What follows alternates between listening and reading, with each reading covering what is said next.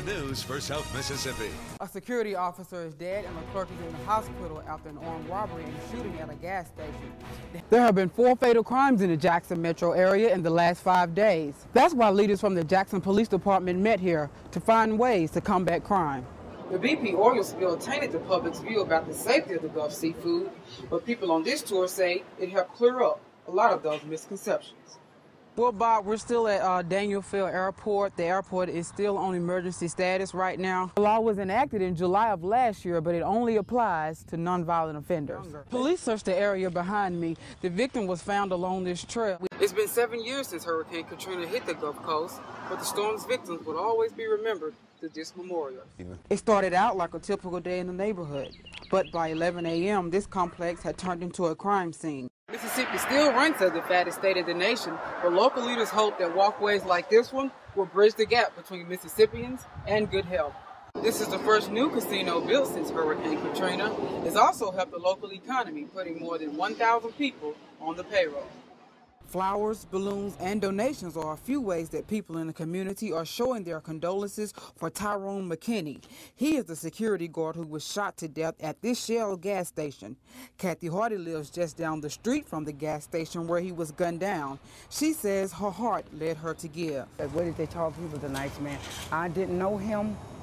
I didn't know him at all, but the donation that I gave, I hope it helped the family. As police continue to search for his killer, Hardy believes justice will prevail. Be strong. God got this. He's going to take care of this. He's going to find them for you and give you peace and bring justice to you all the way it should be. Police say there's outrage in the community over the crime because it was senseless. In this particular situation, you had a poor guy who was out working all night trying to make a living, wasn't bothering anybody, he and the store owner. I don't know many people that just like working at night, so obviously they're out doing that trying to make a living. And then you have 2 guys to come into a store with an assault rifle drawn and just shoot them. The store owner did not want to be on camera, but says that Tyrone was a helpful person, so helpful that he kept a gas container in the back of his truck for anyone in need. That's why news of his death hits home for so many. It really did touch me real bad because of the simple fact, his family, he left family behind. In Jackson, Quentis Jones, Fox 40 News. In an already tough economy, landing a job is difficult, but for convicted felons, their backgrounds can make it impossible. You got to check that box, and then the people is going to run a background check. 9 out of 10 people run a background check, and if they see, they're going to see what the felony was, and a lot of them will have some reason to turn them down.